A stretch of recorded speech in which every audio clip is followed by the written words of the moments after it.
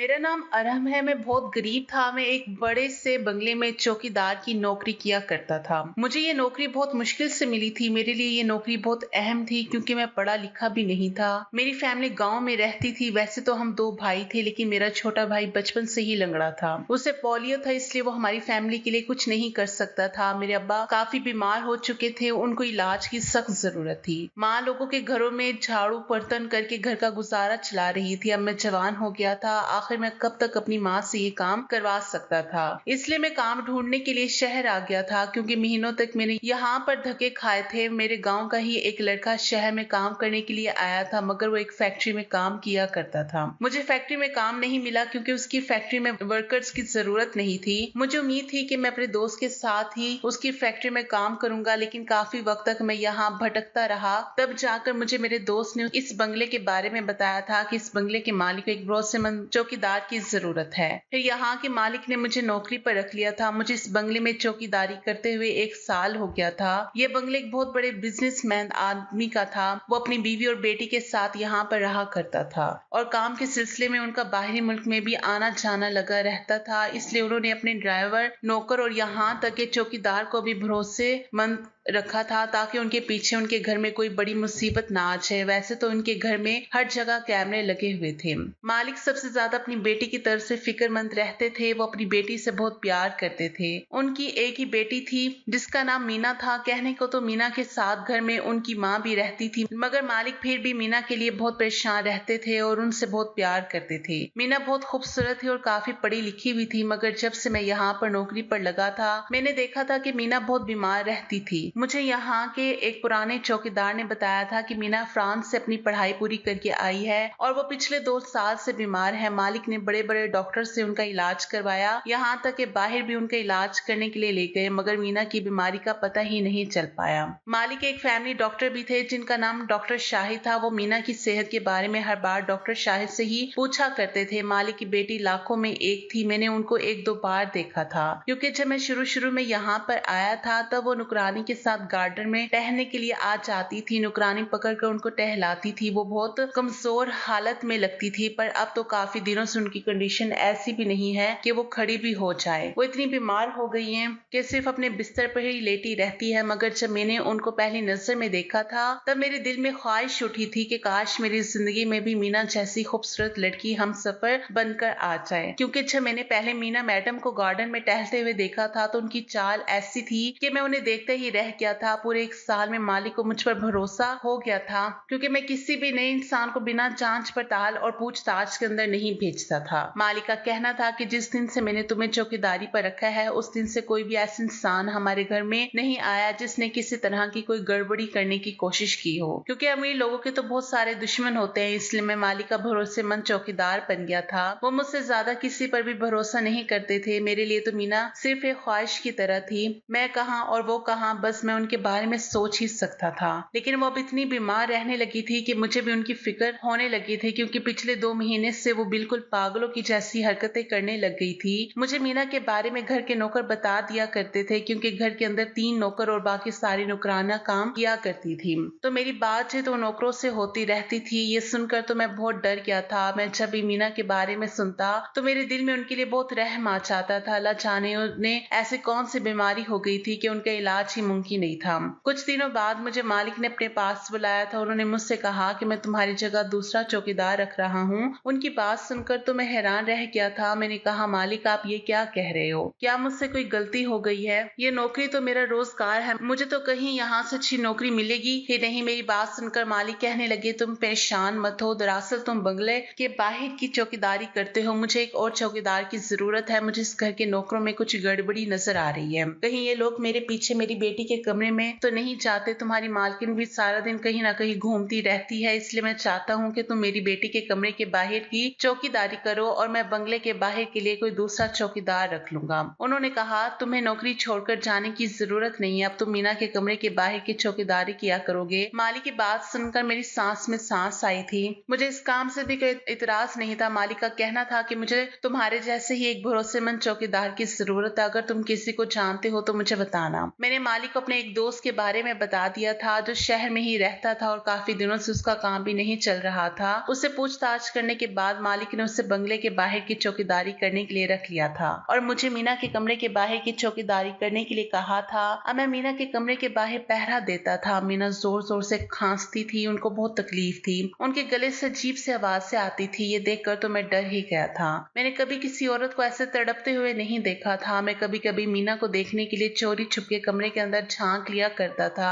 आज भी मीना मैडम बहुत जोर जोर से खांस रही थी। मैं कमरे के अंदर उनको झांक कर देखने वाला था कि अचानक मालिक दौड़ते हुए आए और अपनी बेटी को दवाई देने लगे। उसके बाद मीना की आवाज आना तो बंद हो गई। शायद उन्हें दवाई पीने के बाद थोड़ा आराम आ गया था, मगर मालिक कमरे से बाहर आ गए और मुझसे कहने लगे, अरहम मैं कपड़े बदलने के लिए चाह रहा हूँ, तुम नौकर से जाकर कहो कि वो जल्दी से गाड़ी निकाल लें। आज मुझे एक जरूरी काम से जाना है। मैं तो मालिक की बात सुनकर ही डर गया था। पता नहीं मालिक क्या करने वाले हैं। मैंने ड्राइवर से कह दिया था कि गाड़ी निकालो, मालिक थोड़ी देर में आ रहे हैं। लगभग 1 घंटे के बाद मालिक वापस आए थे। मैं मालिक के पर्सनल मैटर्स में दखल अंदाजी नहीं करता था, इसलिए मैंने ड्राइवर से पूछा था कि मालिक कहाँ गए थे। ड्राइवर ने तो मुझे ऐसी बात बताई जिसे सुनकर मैं चौंक गया था। वो कहने लगा कि मालिक ने अखबार में खबर छपाई है, जो मेरी बेटी का इलाज करेगा उसे इनाम 1 करोड़ दिए जाएंगे। मालिक की ये खबर शहर के सारे डॉक्टर्स के लिए किसी लॉटरी से कम नहीं थी। 1 करोड़ की रकम तो बहुत बड़ी रकम होती है और वैसे भी मालिक के लिए इतनी बड़ी रकम कोई मामूली बात नहीं थी। वो शहर के सबसे बड़े बिजनेसमैन की लिस्ट में आते थे और वैसे भी एक बाप के लिए उसकी बेटी से बढ़कर कुछ नहीं होता।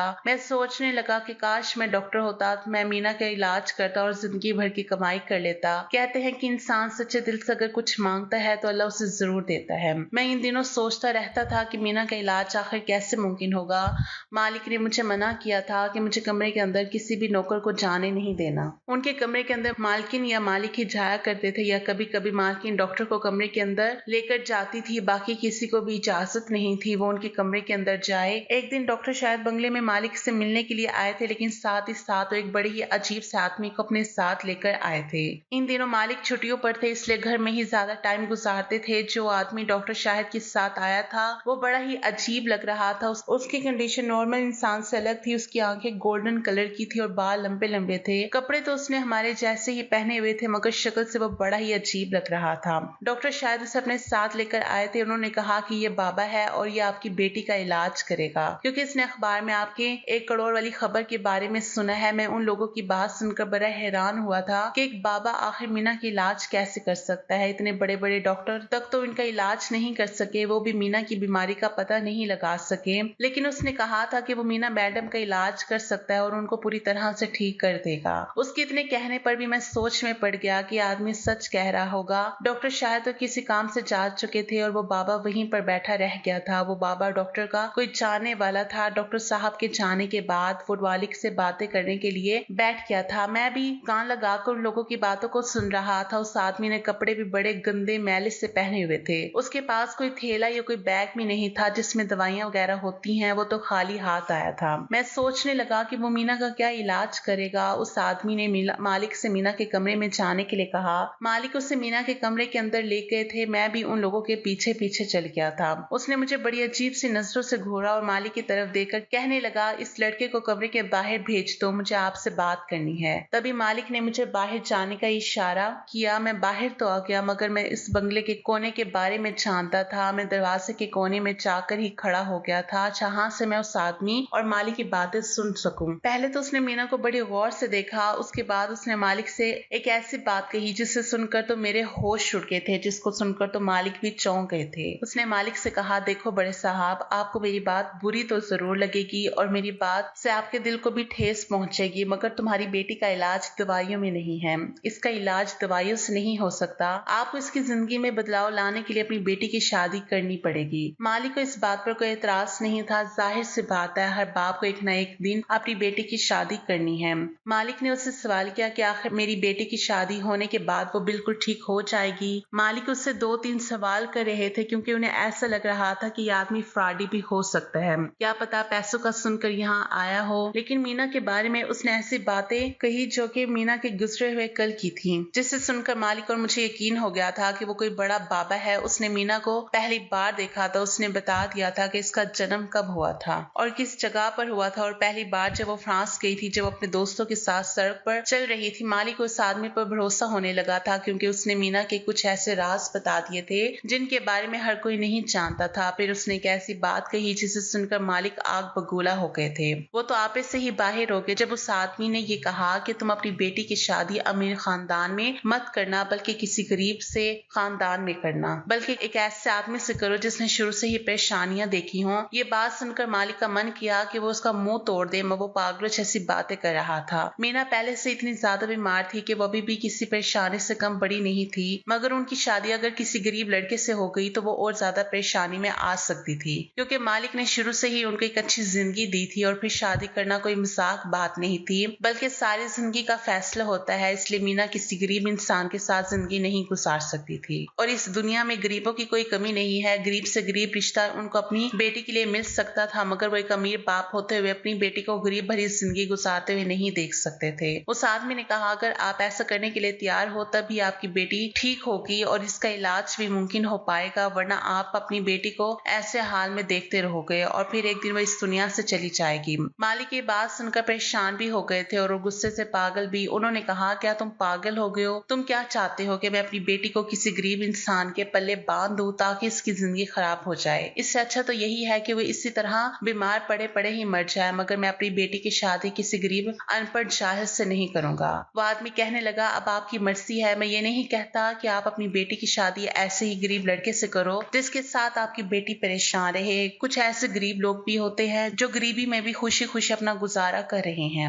आप अपनी बेटी के लिए कोई ऐसा रिश्ता तलाश करो जो आपकी बेटी को गरीबी में जरूर रखे, मगर उसकी सारी ख्वाहिशों को पूरा करे और आपकी बेटी वहां पर भी खुश रह सके। लेकिन आपकी बेटी का इलाज सिर्फ और सिर्फ इसी में है और आप अपनी बेटी की शादी कर दो, वरना जानते हो आपके क्या होगा। उसने कहा था कि आप मेरे हुलिये पर मत जाना, मैं बड़ी पहुंची हुई चीज हूँ। ये कहकर वो खामोश हो गया था। फिर उसने न जाने मालिक से क्या बात कही, मुझे पूरी बात सुनाई नहीं दी। मालिक तो बहुत ज्यादा गुस्से में लग रहे थे, मगर फिर अचानक उस आदमी की बात सुनकर वो सुकून में आ गए। ऐसा लग रहा था जैसे कि वो इस आदमी की सारी बातों पर रजामंद हो गई हैं। थोड़ी देर के बाद वो आदमी कमरे से निकल कर चला गया था। उस आदमी के जाने के बाद मालिक ने मुझे इशारे से अपने कमरे में बुलाया था और वो खुद भी अपने कमरे में जा चुके थे। मैं उनके पीछे पीछे ही उनके कमरे में चला गया। मालिक ने मुझे कमरे का दरवाजा बंद करने को कहा था और खुद सोफे पर बैठ के उन्होंने मुझे अपने सामने बैठने के लिए कहा। मैं सोच भी नहीं सकता था कि वो मुझसे इतनी बड़ी बात करेंगे। वो मुझसे मेरी फैमिली के बारे में पूछने लगे, मेरे गांव के बारे में पूछने लगे और कहने लगे, तुम कहाँ तक पढ़े हुए हो, तुमने क्या काम किया है, तुम्हारा बाप क्या काम करता है। उन्हें मेरी पूरी फैमिली की डिटेल चाहिए थे। एक एक करके उन्होंने मुझसे वो सारे सवाल कर दिए थे। मैंने एक एक करके उन्हें उनके सारे सवालों के जवाब दे दिए थे। उन्होंने मुझसे कहा, मैं तुम्हें बहुत पसंद करता हूँ, तुम दिखने में बहुत अच्छे हो, तुम गरीब हो बस इसलिए अपने स्टैंडर्ड्स के कपड़े पहनते हो, लेकिन अगर तुम अमीर होते और अमीरों के जैसे कपड़े पहनते तो तुम बहुत अच्छे लगते। हालांकि तुम अभी भी अच्छे लगते हो। वैसे तो हमारे घर में बहुत नौकर है, लेकिन तुमने हमेशा मेरे साथ दिया है, हमेशा तुमने इस बंगले की इज्जत की खातिर काफी कुछ किया है। मैं तुमसे बहुत खुश रहता हूँ। मैं समझ नहीं पा रहा था कि आखिर मालिक को क्या हो गया है। वो अचानक मुझसे ऐसी अजीब अजीब बातें क्यों कर रहे थे। मुझे जल्द ही समझ आ गया था कि वो अचानक मुझ पे इतना मेहरबान क्यों हो रहे हैं, मगर मैं तो ऐसा कभी ख्वाब में भी नहीं सोच सकता। मुझसे घर वालों के पूछने के बाद उन्होंने मुझे एक अजीब बात कही थी। वो कहने लगे कि मैं तुम्हें कल 15 लाख दूंगा, वो तुम अपने घर भिजवा देना, तुम्हारे घर की सारी परेशानियां दूर हो जाएंगी। मालिक की बात सुनकर तो मैं दंग रह गया था। हालांकि मुझे इस बात से खुशी भी हो रही थी क्योंकि 15 लाख रकम मेरे लिए बहुत बड़ी थी। मैं समझ गया था कि मालिक मुझसे क्या चाहते हैं, क्योंकि वो मुझे अपनी बेटी के लिए पसंद करना चाह रहे थे। सबसे ज्यादा भरोसा उनका मुझ पर ही था, इसलिए उन्होंने अपनी बेटी के लिए मुझे पसंद किया था। उनका कहना था कि तुम मुझे बहुत पसंद हो, मैं अपनी बेटी की शादी तुमसे करना चाहता हूँ। अगर तुम्हारी शादी इसके साथ हो जाएगी तो इसकी सेहत भी ठीक हो जाएगी।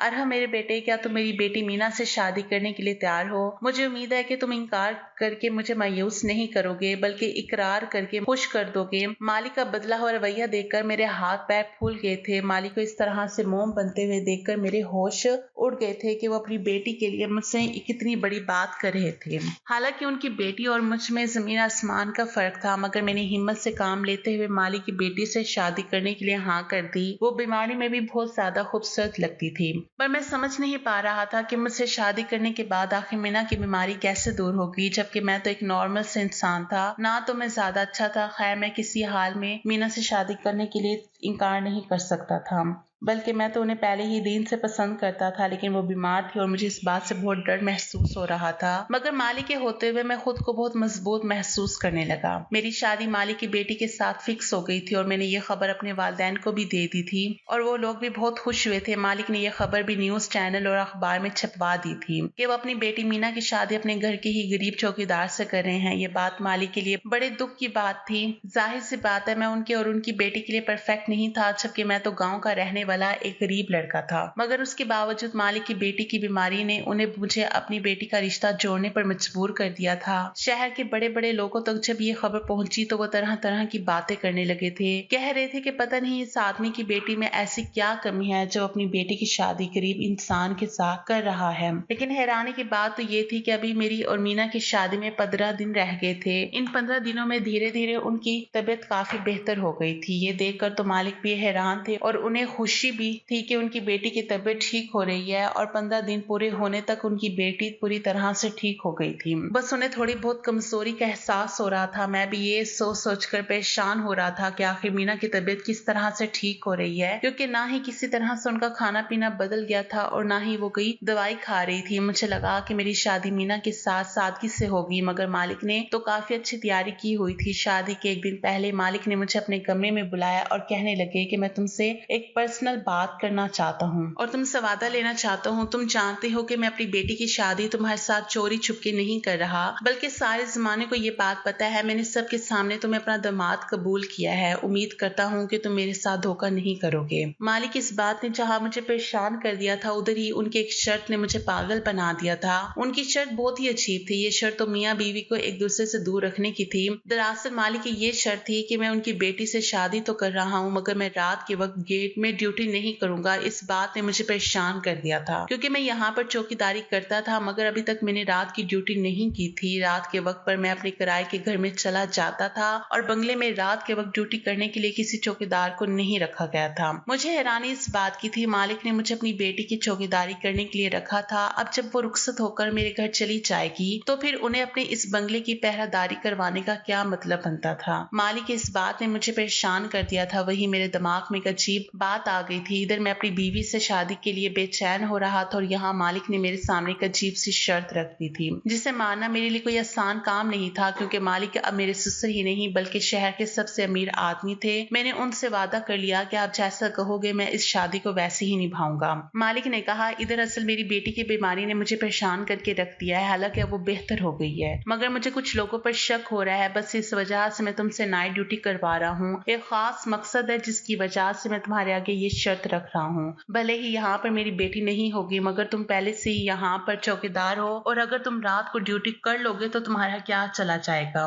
इसके बदले मैं तुम्हें डबल सैलरी दे दिया करूंगा, दिन और रात दोनों की लगाकर। बस तुम्हें अपनी आंखें और अपने कान खुले रखने होंगे, एक मिनट के लिए भी अपनी आंखें बंद नहीं करनी है। माली की बात सुनकर मेरे दिमाग में बहुत सारे सवाल तो उठे थे, मगर मैं उनके इस अंदाज को समझता था। वो हमेशा ऐसे ही बात किया करते थे, कभी पूरी बात नहीं बताते थे। मैं जानता था कि उनकी शर्त के पीछे भी कोई ना कोई राज छुपा हुआ है, क्योंकि बेवकूफों वाली बात करना माली के अंदर में नहीं था। अगले दिन मेरी शादी मीना के साथ हो गई थी। अपनी बेटी की शादी पर दोनों वालिदैन बहुत रोए थे। मालकिन का तो रो रो कर बुरा हाल हो रहा था और वो मेरे आगे हाथ जोड़कर कह रही थी कि बेटा मेरी बेटी का हमेशा ख्याल रखना। मालिक की भी आंखों में आंसू थे। आज उनकी इकलौती बेटी की शादी हो गई थी और उसकी रुखसती थी, इसलिए उन दोनों का रोना तो बनता था। आज मेरी सुहाग रात थी तो मालिक ने मुझे अपनी बेटी के पास जाने से नहीं रोका, बल्कि मुझे खुशी खुशी इजाजत दी कि तुम जाकर मेरी बेटी का ख्याल रखो और उसे दवाइयां भी टाइम पर देते रहना। कल से तुम आकर यहाँ पर ड्यूटी करना और तुम जैसा भी कुछ देखो मुझे जरूर बताना, बेशक रात का कितना ही वक्त क्यों ना हो रहा हो। मैं मालिक से इजाजत लेकर अपने घर आ गया था। मीना तो पहले ही मेरे दोस्त की बीवी के साथ मेरे घर पर आ गई थी। मेरा छोटा सा घर जो मीना के आने का इंतजार कर रहा था, मैं घर में आया तो मेरी बीवी दुल्हन बनी बैठी हुई थी। मैं उसके पास जाने से भी डर रहा था, क्योंकि एक तो मैं चौकीदार था, जबकि वो बचपन से महारानी की तरह पली बढ़ी थी। उनकी जिंदगी में तो कोई कमी नहीं थी, मगर मैं तो एक मामूली सा आदमी था। लेकिन हैरत की बात तो ये है कि मैं जैसे ही कमरे के अंदर दाखिल हुआ तो मेरी बीवी ने मेरा वेलकम किया। उनकी तबीयत बेहतर लग रही थी। वो मुझे देखकर बिल्कुल भी परेशान नहीं होती, उसके चेहरे पर खुशी झलक रही थी। इसका मतलब ये था कि वो मुझसे शादी करके खुश थी और ना ही उसने मुझे गरीब होने का ताना दिया। वो एक आम बीवी की तरह मेरी खिदमत करने लगी थी। मुझे एहसास हुआ था कि वो एक अच्छी बीवी बनने के काबिल है। मैंने उनके साथ अपनी नई जिंदगी की हसीन शुरुआत कर दी थी, मगर उनके चेहरे पर कोई हैरानी नहीं थी। मुझसे सब्र नहीं हुआ। सुबह के वक्त मैंने उनसे सवाल कर ही लिया कि आपको मुझसे शादी करने का कोई अफसोस नहीं है, क्योंकि आपका तो ख्वाब होगा कि आपकी शादी किसी अमीर इंसान से हो। तो उन्होंने मुझे जवाब दिया कि मेरे लिए तुमसे शादी करना ही भलाई था। अगर मैं तुमसे शादी नहीं करती तो मेरी सेहत खराब हो जाती। तुम मेरे लिए बहुत स्पेशल हो, बस इसी वजह से मैं तुम्हारी इज्जत करती हूँ। मुझे इस बात की समझ नहीं आई थी कि आखिर मुझसे शादी होने पर मीना की तबीयत कैसे ठीक होने लगी। इसमें कोई ना कोई वजह तो जरूर होगी, मगर मैं ये नहीं जानता था कि अभी सच्चाई मेरे सामने आना बाकी रह गई है। मैं तो इस बात से खुश था कि मेरी बीवी बहुत खुश थी और जिसको मैं हमेशा चाहता था, जिसके बारे में मैं हमेशा ख्वाहिश रखता था, अब वो मेरी बीवी बन चुकी थी और उसने भी मुझे खुले दिल के साथ कबूल कर लिया था। सुबह से रात कैसे हो गई मैं नहीं जानता। शाम के फौरन बाद ही मैं अपने घर से निकल गया और मालिक के बंगले की तरफ पहुंच गया। बंगले के अंदर जाती ही मेरी बहुत इज्जत हो रही थी, क्योंकि मैं अब इस घर का दामाद बन चुका था। मालिक ने मुझे ड्यूटी करने के लिए कहा था, लेकिन अब मालिक ने मुझे एक और अजीब बात बताई थी। उन्होंने कहा कि तुम्हें बाहर किसी को भी ये जाहिर नहीं करना कि तुम यहाँ ड्यूटी करने के लिए आए हो। बंगले के बाहर जो छोटा सा सर्वेंट क्वार्टर बना हुआ है, तुम वहाँ उसकी खिड़की से झांक कर बंगले की पहरेदारी करना, क्योंकि मैं नहीं चाहता कि किसी को पता चले कि तुम अपने ससुराल की ड्यूटी कर रहे हो। मैं सर्वेंट क्वार्टर में चला गया और उस खिड़की के पास बैठ गया था। सर्वेंट क्वार्टर की खिड़की से बंगले का गेट साफ साफ नजर आ रहा था। अभी मुझे 2 घंटे ही गुजरे थे कि मेरी नजर एक अजीब सी चीज पर पड़ी।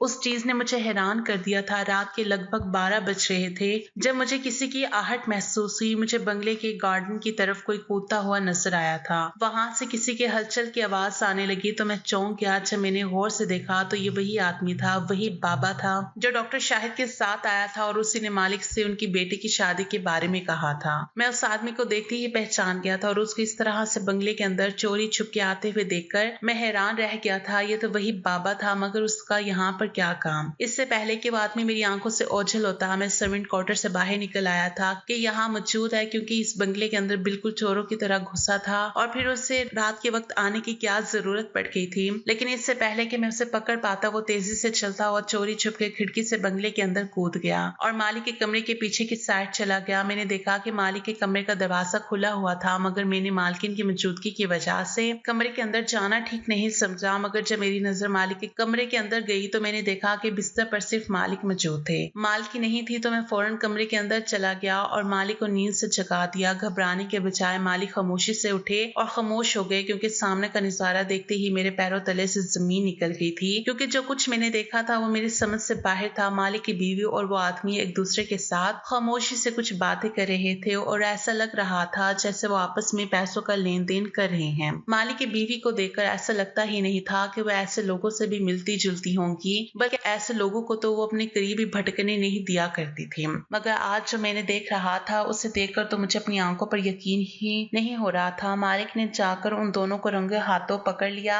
जब मालिक ने अपनी बीवी को घूर कर देखा तो मालकिन घबरा गई थी। उन्होंने कहा, ये क्या कर रही हो और इस आदमी से इस वक्त क्या बातें कर रही हो? तुमने इस आदमी को यहाँ क्यों बुलाया है, वो भी रात की इस वक्त पर? आखिर कौन है ये? मालकिन के पास इस सवाल का कोई जवाब नहीं था। मालिक बिना किसी सबूत के अपनी बीवी को तो कुछ नहीं कह सकते थे। उन्होंने मुझसे कहा कि इसको पकड़ लो और इस स्टोर रूम में बंद कर दो। इसकी इतनी पिटाई करो कि जब तक ये सारा का सारा सच ना उगल दे। ये यहाँ पर क्यों आया है तब तक इसे मारते ही रहना। ये सुनकर तो वो आदमी भी घबरा गया था। उसके चेहरे पर आता हुआ पसीना साफ नजर आ रहा था। मालकिन के चेहरे की भी हवाइयां उड़ी हुई थी। उसने अचानक कहा कि मुझे माफ कर दो बड़े साहब, मुझसे बहुत बड़ी गलती हो गई, मगर गलती सिर्फ मैंने अकेले नहीं की है, इसमें आपकी बीवी भी शामिल है। उन्होंने मुझसे कहा था कि मुझे उस दिन इस घर में आकर आपके सामने झूठ बोलना है। मालकिन ने मुझे पैसों का लालच दिया था कि मैं बाबा बनकर आऊं और उन्होंने मुझे आपकी बेटी के बारे में कुछ बातें बता दी थी जो मैंने आपको बताई तो आपको यकीन आ गया था। फिर मैंने आपसे झूठ कहा था कि आप अपनी बेटी की शादी किसी गरीब इंसान से कर दो तो आपकी बेटी की तबीयत ठीक हो जाएगी।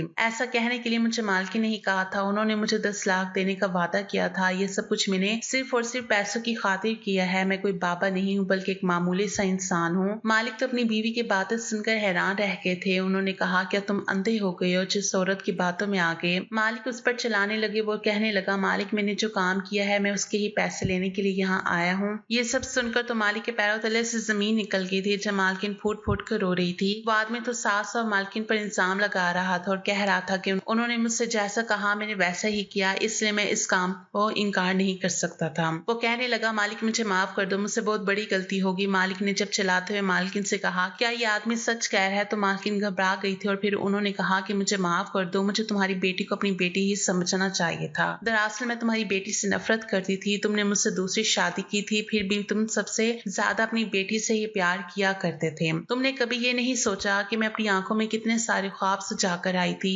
मगर तुमने सारा प्यार अपनी बेटी पर ही लुटा दिया। इस घर की एक एक चीज तुमने अपनी बेटी के नाम कर दी। मुझे तो कुछ समझ ही नहीं आया, यहाँ तक कि मुझे तो तुम सिर्फ अपनी बेटी की परवरिश करने के लिए ही लेकर आए थे। ये कहकर जब मालकिन रोने लगी तो मुझे आइडिया हो गया था कि ये औरत मालिक की दूसरी बीवी है, तो ये मीना की भी सगी माँ नहीं है, जबकि मीना की सगी माँ तो कोई और थी। वो कहने लगी कि मैंने ऐसा इसलिए किया क्योंकि मैं तुम्हारी बेटी से बदला लेना चाहती थी। मालिक कहने लगा कि ऐसा बदला? तुम कितनी घटिया औरत हो, मैंने तुम पर भरोसा किया और तुमने इस आदमी के साथ मिलकर मेरी बेटी के साथ क्या किया? मुझे पूरी बात सच सच बताओ। मालिक जोर जोर से चलाने लगे तो उन्होंने अपनी गलती के बारे में उन्होंने जो कुछ किया था वो सब खुलकर सामने आ गया था। दरअसल मालिक की बीवी खुद ही मीना को उल्टी सीधी दवाइयां देकर बीमार करती रही थी। वो उनकी माँ थी, इसलिए कोई उन पर शक भी नहीं कर सकता था। और ये आदमी, इसने तो सिर्फ मालकिन के कहने पर झूठ बोला था, लेकिन एक आस्तीन का सांप भी था जिसने मालकिन का साथ दिया था। वो था मालिक का फैमिली डॉक्टर शाहिद, जो मालकिन के साथ मिला हुआ था। वो आदमी कहने को तो मालिक का दोस्त था, मगर मालकिन उसे ढेर सारे पैसे दे रही थी। वही था जो मीना की सेहत खराब करने वाली दवाइयां मालकिन को दिया करता था और मालकिन मीना की दवाइयां दूसरी दवाइयों से बदल दिया करती थी।